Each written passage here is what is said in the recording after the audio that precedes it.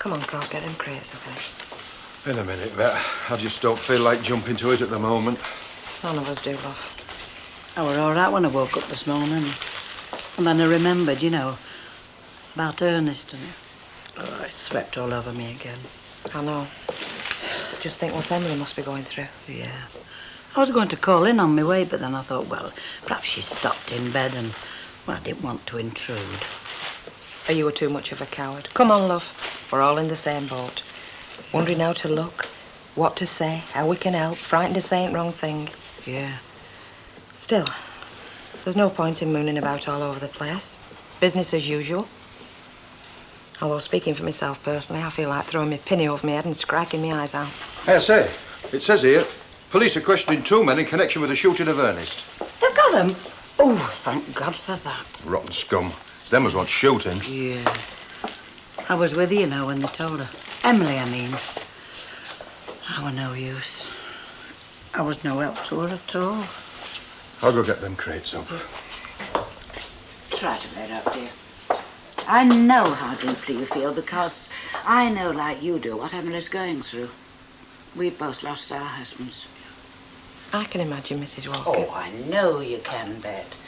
And I know you've had your share of suffering. All I'm saying is that widowhood is bad enough without losing your husband as Emily lost Ernest.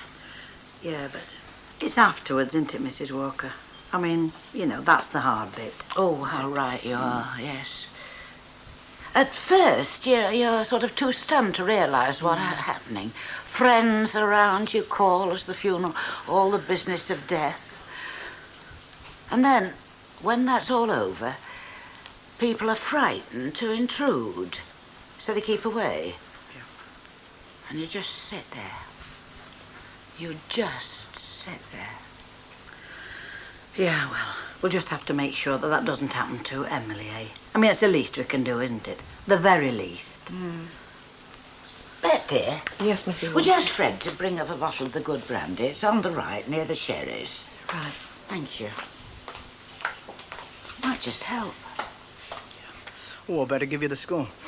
Now, today I've got to go to the police station again. And then I'm going with Emily to identify the body. Ernie will be, well, he won't be messed up or anything. I'm thinking about Emily identifying the body. No, I didn't touch his face. I was there and I saw him, but I can't remember. I think it must have been a sort of shock or something. Oh, it's bloody awful, isn't it? A fella like Ernie should have died quietly in his bed at 90 years of age. Yeah. Didn't smoke. He hardly drank. And he believed in God. In all the years I've lived round here, I've heard some pretty rotten things said about people. But not Ernie. And he never criticised anyone.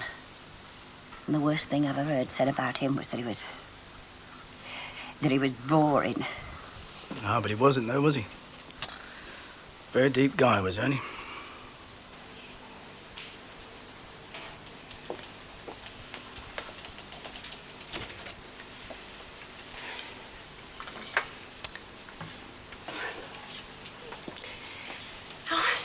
It was wonderful of you to do your makeup. I really do. I mean, most people would just have gone to pieces. Actually, I didn't feel like getting dressed. It was for Ernest. He never likes to see me in a dressing gown at breakfast. He likes me done, ready for the day. Yes, well, you drink this. I put some sugar in it for you. Thank you.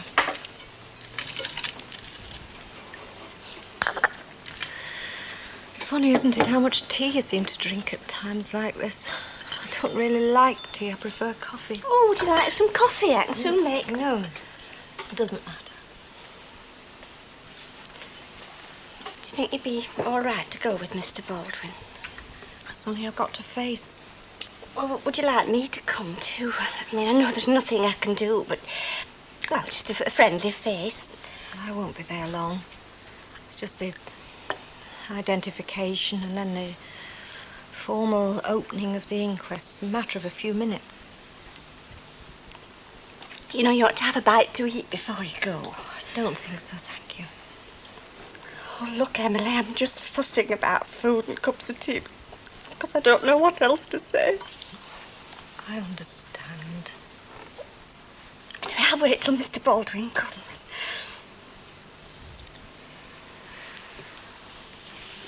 I don't hate those boys, you know.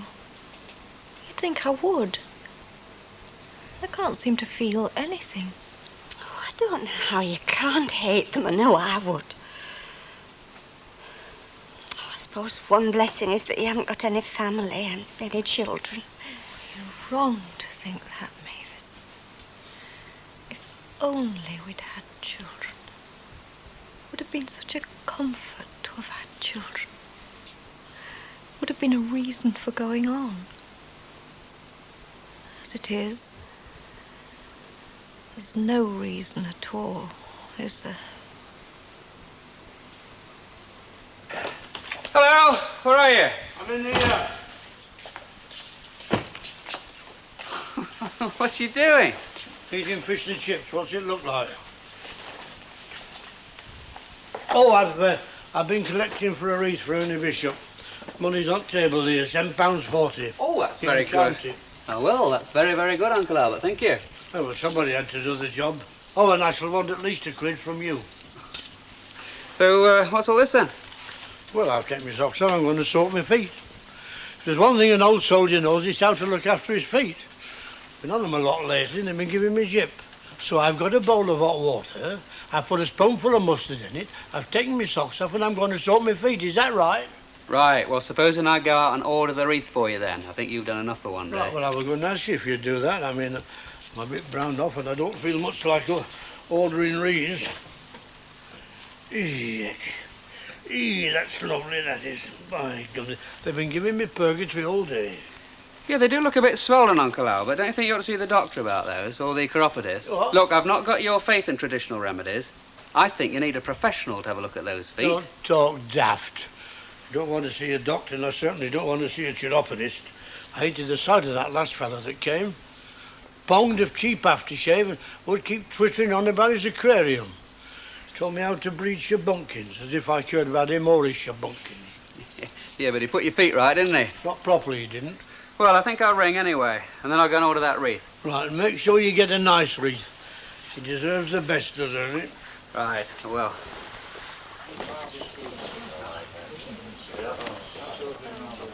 Can I help you, love? Bill Mountford, Weatherfield Gazette. How'd you do? Oh. I expect to know what it's about. It's about the robbery and Ernie. He used to work for our paper, as you know. Anyway, we're doing a big story on him. Yes, well, I don't think Mrs. Bishop, I don't think she'd like that. Look, love, will you have one with me? Mine's a pint of bitter. No, thanks, love, I'm all right. Of course, I don't want to bother Mrs. Bishop, you see, so what I thought I'd do is to have a chat with some of his friends and neighbours. Who would you say he was close to, love? You know, in the street or roundabout? Well, I think you'd be better off with Kenneth Barlow at number 1. He's very, I think you'd be better with him. Charm. Anyone else? He plays... he used to play the piano for Mrs. Fairclough at number 9. She's a singer in the club, you see. Oh, aye. Talented bloke, eh? Yeah. And what about you, love? I suppose you knew him quite well. Yeah. Yes, he was a lovely man. You know, very quiet and courteous. A perfect gentleman. It's a tragedy. That's all I've got to say. A tragedy. Tragedy. And what's your full name, love? Oh, I don't want my name in the papers, thank you. OK, well, we'll just say a barmaid who works in the local pub, eh? Where he used to have a quiet drink. Yeah. Thank you, Mrs. Walker. I hope too many people don't call, but... Don't worry, I'll deal with them. They're bound to want to come and express their sympathy, aren't they? It's not that I'm not grateful. It's just so wearying. Yeah. Oh, it's all right, I'll go. Oh, it may be Mr. Baldwin. It's about time. I'll go and put my coat on.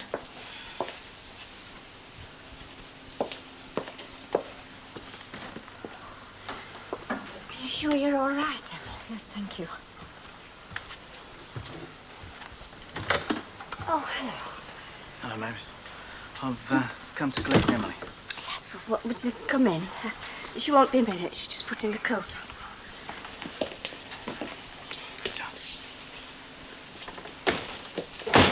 How is she? Broken-hearted. But she's been so stoical, I suppose. I mean, well, we all know what she's going through, but there are no words, are there? Would you like a cup of tea? No, thanks. I'm swimming in tea. Everywhere I go, people say have a cup of tea. That's what Emily says, but... Well, it's just the way, isn't it? When in doubt, you make a cup of tea. Yeah. I've never been through anything like this before. Identification, inquest. Feel as though I'll pass out when I see Ernie, I do really. You mustn't do that, for Emily's sake. Oh, I won't. It's just that... Well, I can't explain how I feel. Don't think any of us can. I mean, yesterday it was just another ordinary day for Emily and Ernest.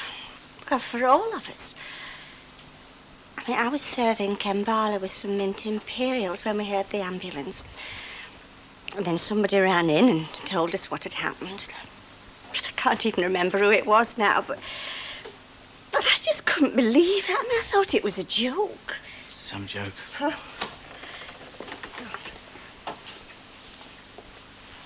Emily, how'd you feel? Think you can manage it? Look, I'm sure it could be delayed, Emily, till you feel more up to it. I'll never feel up to it. I want to get it over with, that's all. I'll bring her back here when we finish. Oh, wait. I hope it's not too...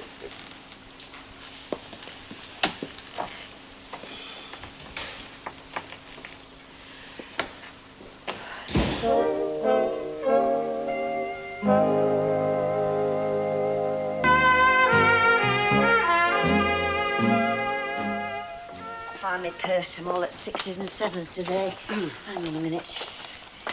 Here we are. Oh, it might as well be sixpence for all the good it'll do.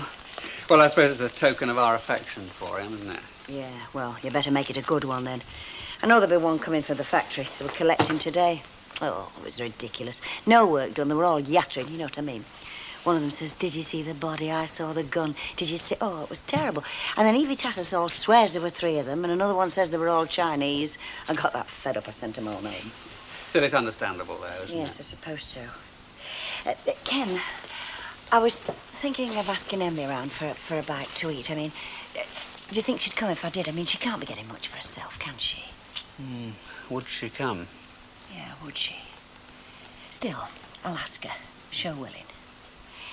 Do you think Emily will move away from here when this is all over? You know, start a fresh life for herself? Because the place must be full of painful memories. They won't all be painful, though, eventually, and that might be better than starting somewhere that's got no memories at all. Is that why you stayed after Val? Yeah, I think that's true of me, and of you. But Emily? I don't know. Ken, you wouldn't like to stop for some dinner, would you, if Emily comes? Just to ease the burden, like? Yes, of course. Thanks, love. Okay, bye.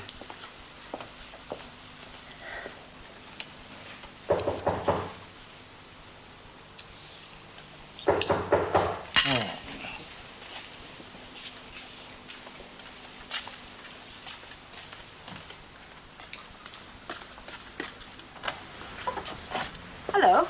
Who are you? My name's Robson, Sally Robson. I'm the chiropodist. It's usually a chap. Yes, well, I'm sorry about that. I'd have worn some trousers if I'd thought. Oh, you better come in. I'm just having me dinner. The appointment was for 2 o'clock. But I tell you what, you finish your dinner and I'll sort out my things. What? Actually, I was double booked for 2 o'clock, but I thought I'd do you first because I got the impression it was an emergency. Is it heck as an emergency?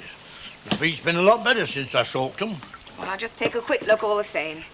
But I'll have to make it a quick one as I've got an old lady to see. Well, I suppose you think 50's old. Not at all, Mr. Tatlock. When I say an old lady, she's 84 and very spry, incidentally. I'm 81. You're not. You really? You honestly don't look it, I must say. No, well, I try to keep active. Are you sure you're a proper chiropodist? I really am honest. My mum's got the certificates on the wall to prove it. When you're ready. Well, there's not much wrong with your appetite, that's for sure. Yeah. Nothing. No, it's all right, Emily. Don't it if you don't feel like it. I shan't be offended. If you don't mind. No, of course not. Ken, would you like a bit of apple pie? It's only shop bought, but it's quite nice. Yes, I would, thank you. OK, I'll get some. I'll put the kettle on while I'm there. At least we had a good Christmas together. I'll have that to look back on. Yes. Ernest played the piano on Christmas Eve. Mr. and Mrs. Davis came round, friends of ours from the mission. It was a lovely evening. He was a very talented pianist, you know. I know. I don't know what we'll do over at the centre without him.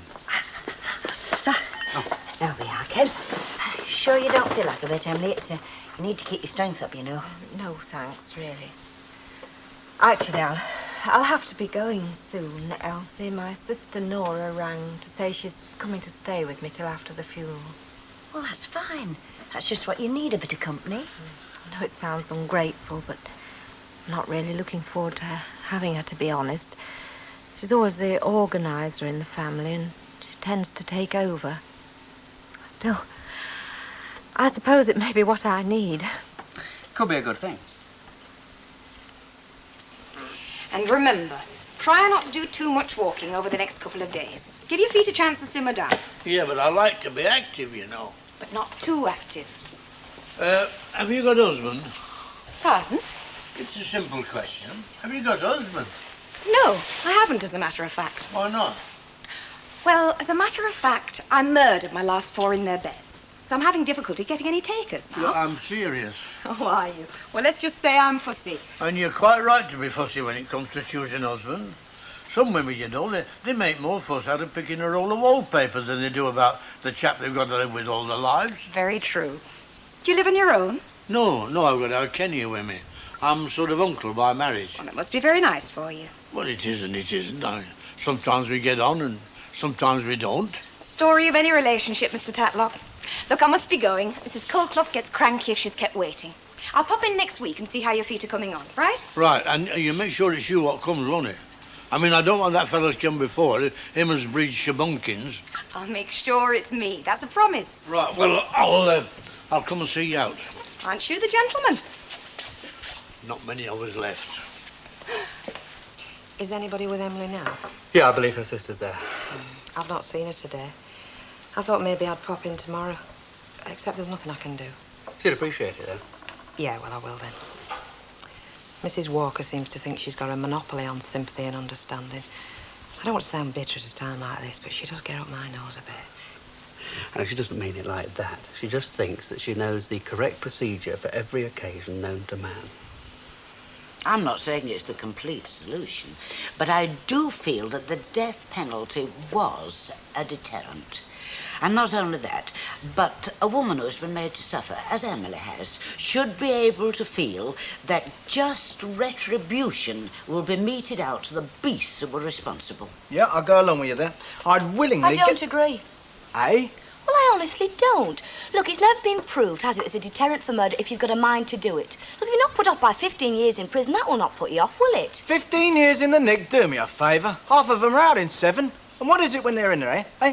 Colour television and ping pong. Oh, Mike, don't believe everything you read, will you? Anyway, look at all the case when the innocent man has been found guilty. I mean, you can't say I'm very sorry when he's hanging from a rope, now can you? Nothing will change my view that the proper punishment for murder is death. And I don't care if the individual concerned does or does not come from a broken home. I think we need to keep it very simple. I agree with you, love. The simpler the better. Well, for a wreath. Well, how about just a card with all his names on it? I think there'd be too many names, Ray. What about a quote from the Bible? Be appropriate for Ernest, that, wouldn't it? You know, something simple like, "The Lord is my shepherd." You'll think of something nice, won't you, Ken? Oh, I don't know, though. I think he'd just like a nice, friendly message. I mean, because he was a friend. Yeah. And we don't want to put anything that'd, you know, make us feel awkward. I think you're right, Betty. Yeah. I suggest to dear Ernest, with much love from his many friends, And perhaps our IP of this room. Yeah, something like that. This is my sister Nora. This is Mavis, a very good friend of mine. I think we've met before, haven't we? I think we have at the wed. Yes, I think we have. I thought we had. I just thought I'd pop in and make sure you were. Well, make sure you weren't alone, Emily. But if Nora's here, well, Emily's in good hands now. I'll be staying for some time, won't I, Emily? Yes. You need family at times like these. yes. Well, I'll be on my way unless there is anything. I'll look after our Emily, don't you worry, Mavis. Oh. No, you stay where you are, love. I'll go. And I'd rather go, Nora, if you don't mind. I have to try to face people.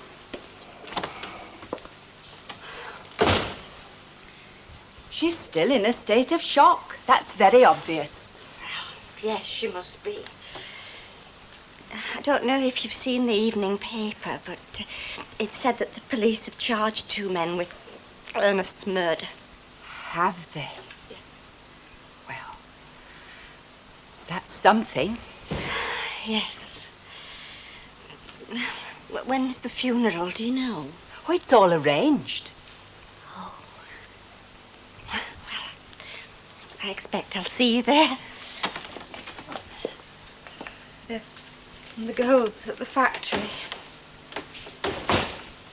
where Ernest worked.